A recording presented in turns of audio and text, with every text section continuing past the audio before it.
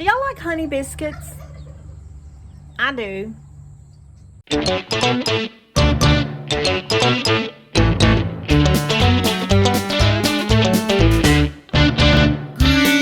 Acres is the place to be.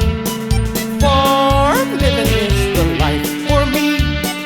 Land spreading out so far and wide. Keep Manhattan, just give me that countryside.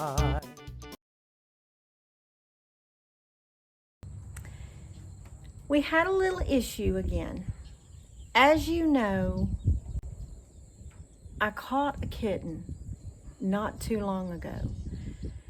And a little girl kitten. It was under an old building, and I had to belly crawl under the building and chase it into a trap because it would not go into the trap for the food. It would not. So I was able to capture the little kitten, and I thought that it might have been a feral kitten, but it turns out that I don't know how it got here, but I think someone must have dropped it off at the farm because I live in the middle of 100 acres. And this is a tiny, skinny, little beat-up kitten that's just probably scared for its life in the middle of this land. So I did what I knew to do, because I needed an expert on kittens. I've not had a cat for a very long time, and I wanted to be sure that this little kitten had the best chance at life. So I called Brooke over at Cog Hill Farms. Brooke came right on. I mean, she was kind of almost out of service area with the phone. So I called her a few times, and she called me back and she said, look, I'm stopping by and getting some replacement milk just in case that it's not old enough to take off the mom, and then I will be right on. Well, she went by her house and picked up a kitty carrier, and so we were having to transfer the kitten from the trap to the carrier, and that was, quite a job because it was very scared. But anyway, you saw her video, and you know that she named it, well, actually, I think it was Mary Carl, because the kitten fell in love with Mary Carl, and Mary Carl fell in love with the kitten right off the bat, and they named it Biscuit. So Biscuit has had a great life, and they decided to keep Biscuit, and I was so happy for them. Now, talked to a friend yesterday, and they have some property down the road. Guess what? Another little kitten shows up on their property, and it actually showed up while they were on vacation. Their son was there. He took the kitten in and got it to eating, but she said, I cannot keep this kitten. Well, she showed me a picture of it, and it looks like Biscuit. I mean, it's a little bit different color, but it's got the tufted ears. It looks like Biscuit. And so she said she was going to take it to the Humane Society, and I think she called, and they were just so full up that they were offering these huge discounts to adopt kittens right now. And then there was some discussion about it being a low-kill shelter. So she brought the kitten back home with her, and she just said, I can't keep the kitten. And she pretty much put it out there, somebody please take this kitten.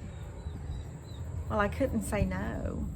I mean, it broke my heart when I saw Biscuit and the condition Biscuit was in, and this little kitten had the same condition. The eyes are infected, it's skinny.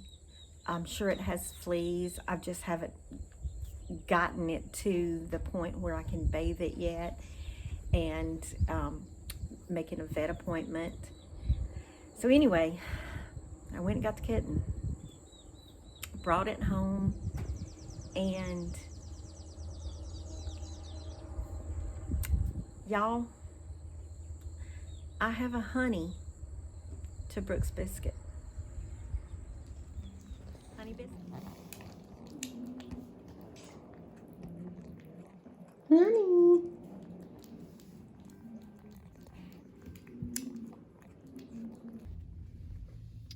Okay, we're here at the feed store.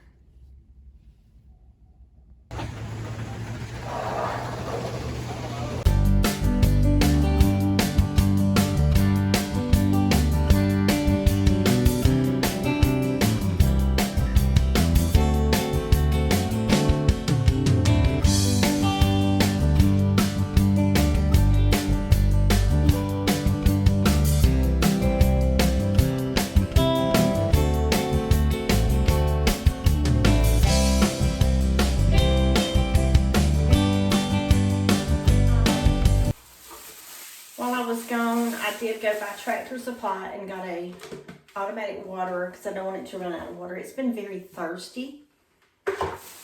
And I got it some little nice toys.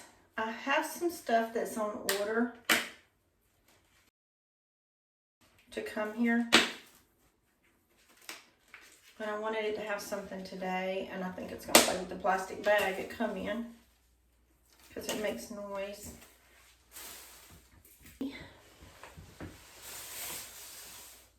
Here, kitty.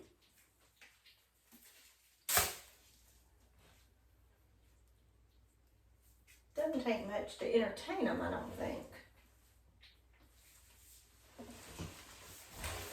It's so hungry. It just keeps on going back to the food bowl to eat. So it appears that someone is throwing kittens out at farms. So yesterday when I found out about this kitten, it just seemed like the same scenario, that somebody in the middle of their property finds a kitten and has no clue how it got there. I don't know how old the kitten is. It's very tiny and you can feel all of its little bones. So we ended up with the honey to Brooks Biscuit. Really, I had said it before that I could not take a cat right now because the barn is not ready to house any cats or kittens. And I just kind of wanted to wait. But, you know, God's timing is perfect timing. And really, it's like I was meant to have a kitten. So it'll be a bathroom kitten for a little bit, because it's this bathroom is one of the biggest rooms in the house that I can close off. It goes from here in the toilet area all around, storage, in front of the sink over there, and then there's a separate shower over there that's a walk-in. So it's a very big bathroom, and so the cat has a lot of area to play. And I've got the sliding barn door that I can close off. So I just really had wanted to wait on a kitten until I could get one for the barn to be a barn cat. And I knew that I eventually would. But timing is everything. And I couldn't say no. I mean, this is the second one. A little kitty. And I do have a lot of mice in the brooder house.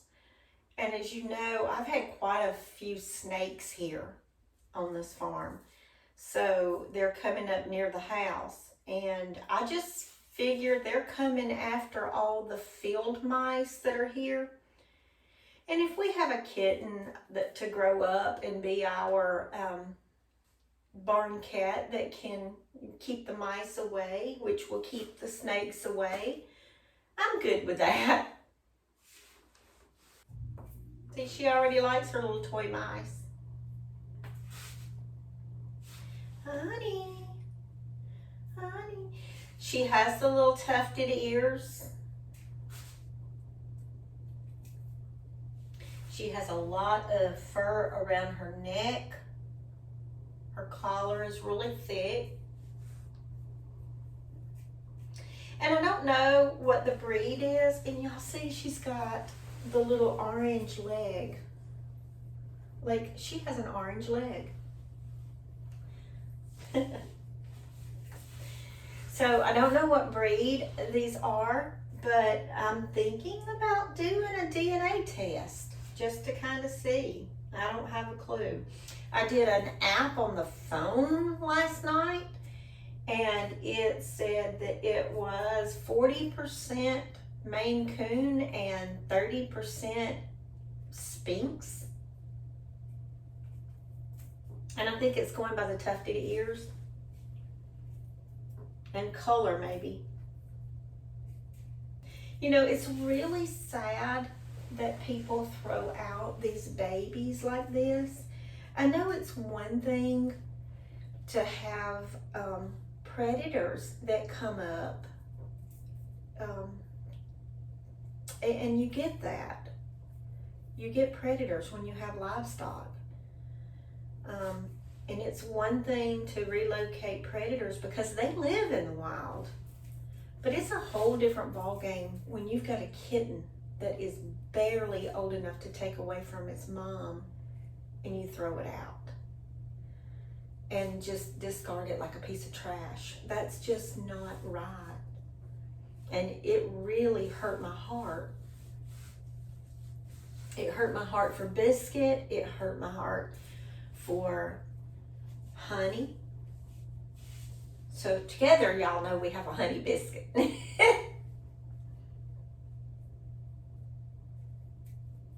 She's really a playful kitty. To be so little and so skinny, she's just really playful. And if you guys can tell, I went ahead and treated her eyes with some termites until I can get her to the vet. My friend Brooke at Cog Hill Farms told me how to treat the eyes. And y'all, I